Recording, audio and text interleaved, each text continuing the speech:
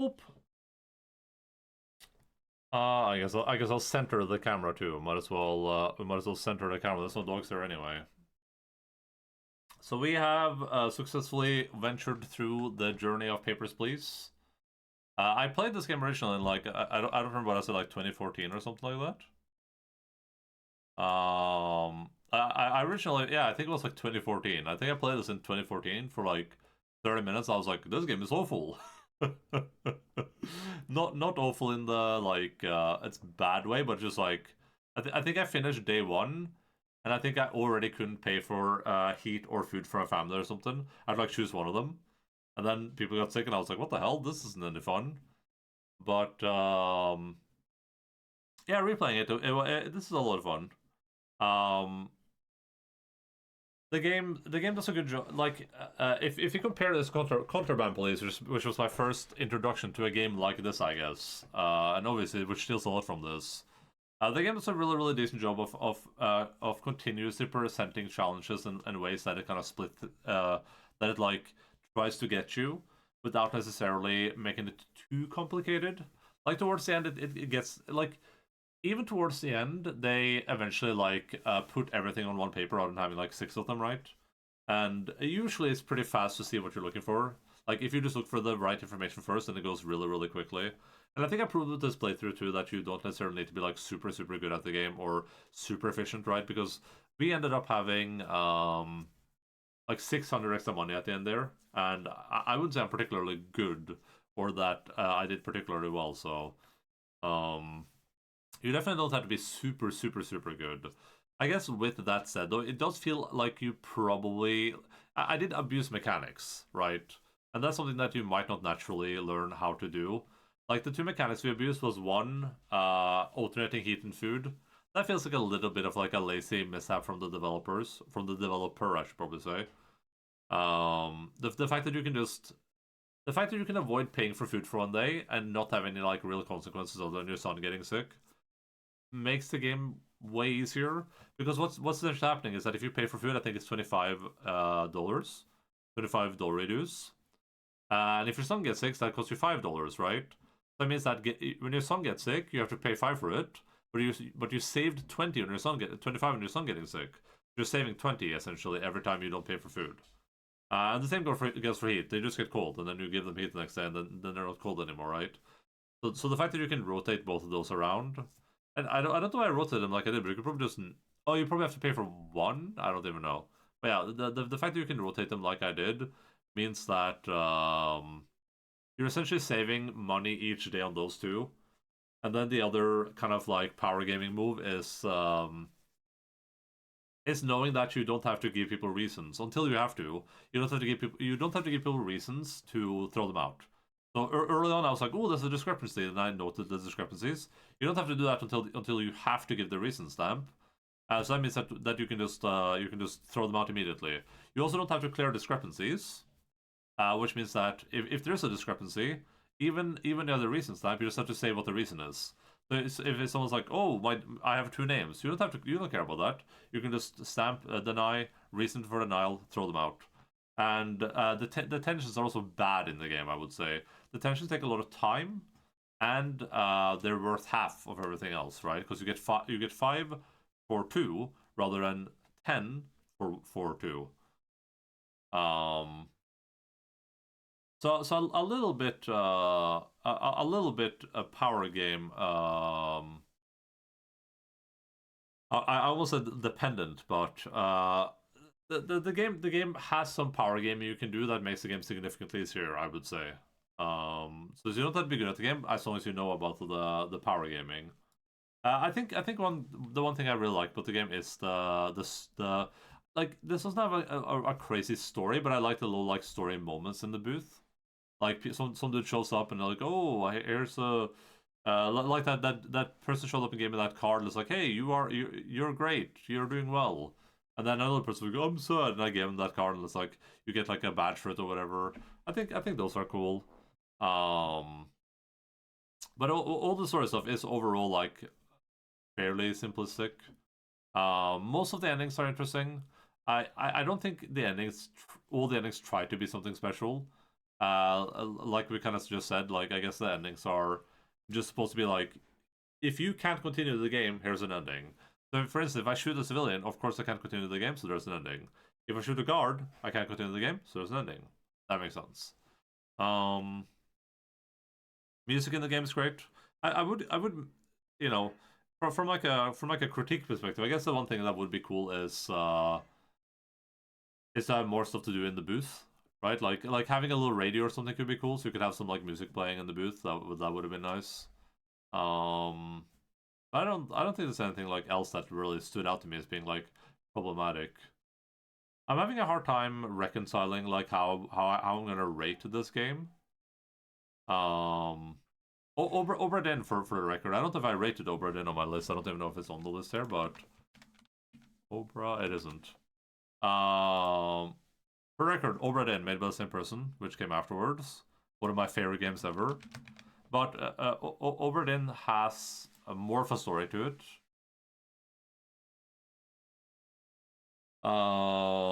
And I liked the creative thinking in that more. This doesn't have a lot of creative thinking. It's what would you call this, like a time puzzle game almost. The puzzle is there anything wrong? What's the thing called where it's like find the errors or whatever? It's like a timed find the errors. You look at two different images and you're like, anything wrong? Nope. Okay, you're good. You're good to go. But it's not like I can critique a lot about this game either. So I'm trying to think like where Papers, Please lands in my head. From a time perspective, it was fun. How much time did I spend on this? We spent 13 hours exactly. Doot. Here, I'll split you guys over to my doc where we rated the games. So a 10 is a flawless masterpiece, 9 everyone should play this, 8 great experience worth playing, 7 good play if it sounds fun, 6 alright play if you like the genre, 5 average, 1 to 4 away the locals. Man, it's hard to feel like this game doesn't deserve a 9. But then I'm also thinking from the perspective of like, of all the games I've played, how much does Papers, Please stand out in my brain? Because that's a big part for me with the 9 when I say everyone should play this. It's like, in 2025, would I recommend this game to people? Probably. Do I feel like it's like a game for everyone? Not necessarily. And I would recommend Obra Dinn like 10 out of 10 times over this one, probably. I feel like Obra Dinn does basically the same thing, just better, kinda. It doesn't have the same like deduction or time management or whatever, but man, it's this one's hard for me in my head. In my head. Where would we put Papers, Please on our list? I feel like Papers, Please on Steam and on OpenCritic is gonna have like a flawless 10 out of 10 rating. I don't even know if it's gonna be on OpenCritic, honestly, but I think Papers, Please is great, but I feel like overall some of the mechanics and even like the like story parts of the game are a little bit forgetful, or not forgetful. What's the word again? Forgettable. And the thought that leads me to is that kind of like I said with what was the game we played? With Excavation of Hope Sparrow. Like, do I feel like I'm gonna think about Papers, Please in a year from now and be like, oh man, that Papers, Please, that was a great game. I should play that again. Probably not. Do I feel like I'm gonna like super recommend Papers, Please to a lot of people? Probably not. But I still think it was very, very good. You know what? I'll give Papers, Please like a solid like 8.5. I think that's a fair Papers, Please rating. Is it on OpenCritic? It has 1 rating on OpenCritic. We can check Metacritic. Hey, 85. Oh, but this is yeah. So we got the exact critic score. Usually my score is like 1 below the critic score, or it's either above or below. It's never really matching, but I guess rare coincidence we have going for us here. Let's see. Papers. Yes.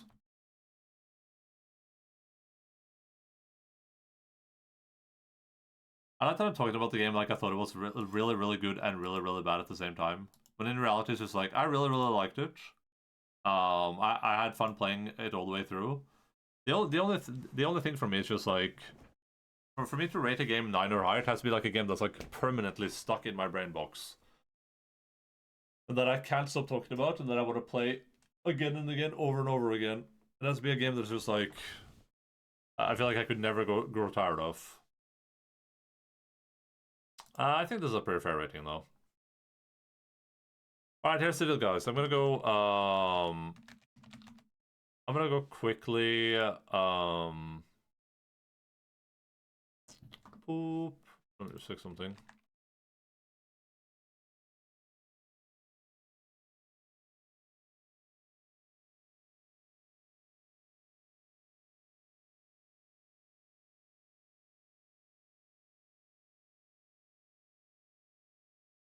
You can think a game is good, but not the best thing ever entered. Yeah. It's just from like a scoring perspective for me. Like it's hard to it's hard to fairly score a game sometimes when I feel like the game was really, really, really good, but I don't feel like it necessarily I don't feel like it necessarily captured any want or need to play it more, I guess, if that makes sense. Like, wow, that was a great game. I had a lot of fun with that. It does a really a good job at achieving what it set out to do, but not much else. Yeah, I agree with that. That's a good way to put it. And the two big things for me, like I said, is like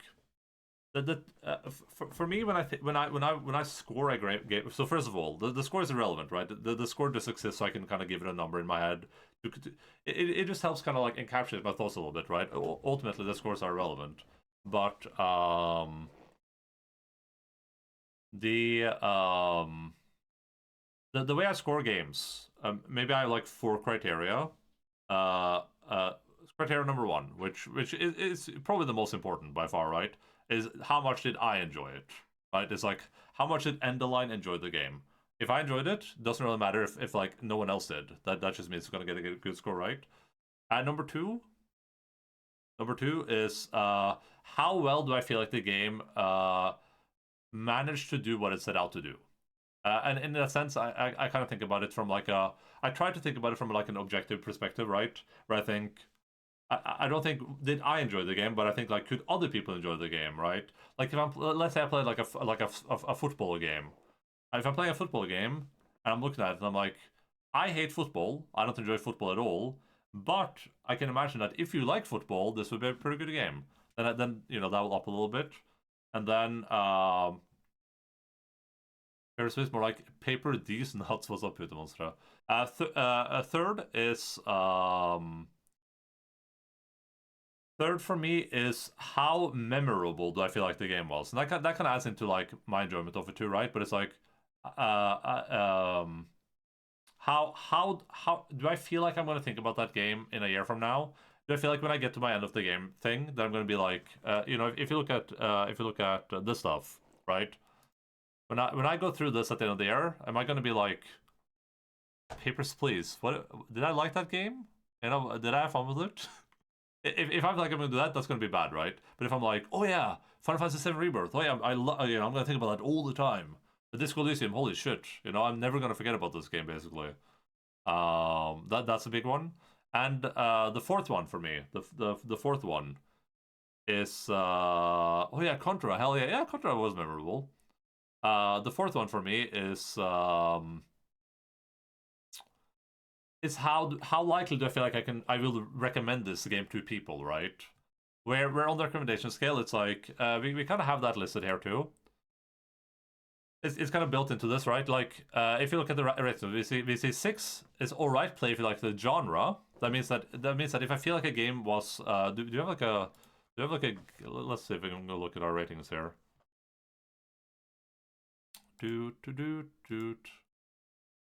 Like, and anything in this like column here will be stuff that I'm like, you know, I didn't think these games were bad necessarily, but I just like, if I was going to recommend these games to people, it would be people that like these types of games, right?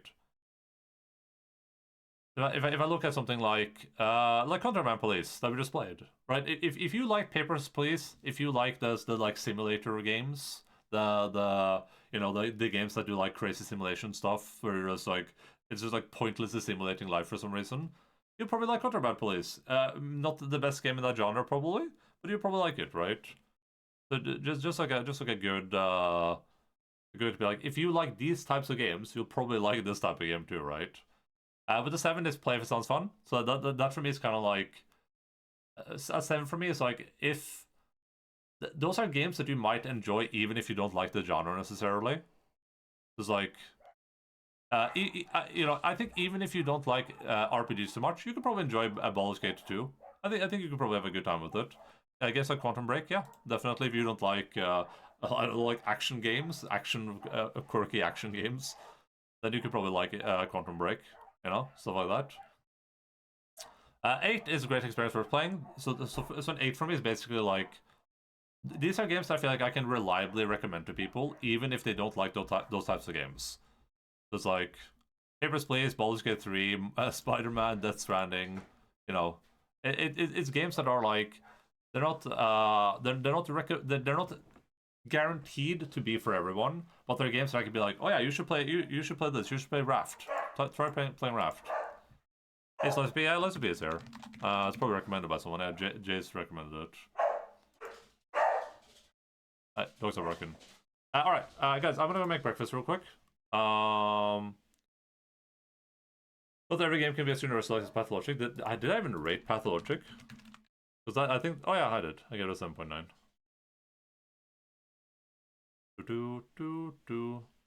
But yellow rating means that I rated it after the fact. If I rated Pathologic when I finished it, it'd probably have like an 8.9. Yellow ratings are like ratings I did after, like way later. Orange rating is I didn't finish the game.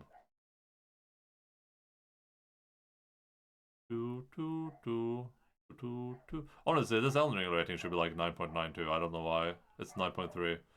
I love Elden Ring. It's like one of my favorite games ever. Okay, okay, I was trying to say. I'm gonna quickly go make some food. I'll be back in probably like 5 minutes. Then we'll launch and begin playing some Tormented Souls. Let me quickly, just for the sake of the VOD.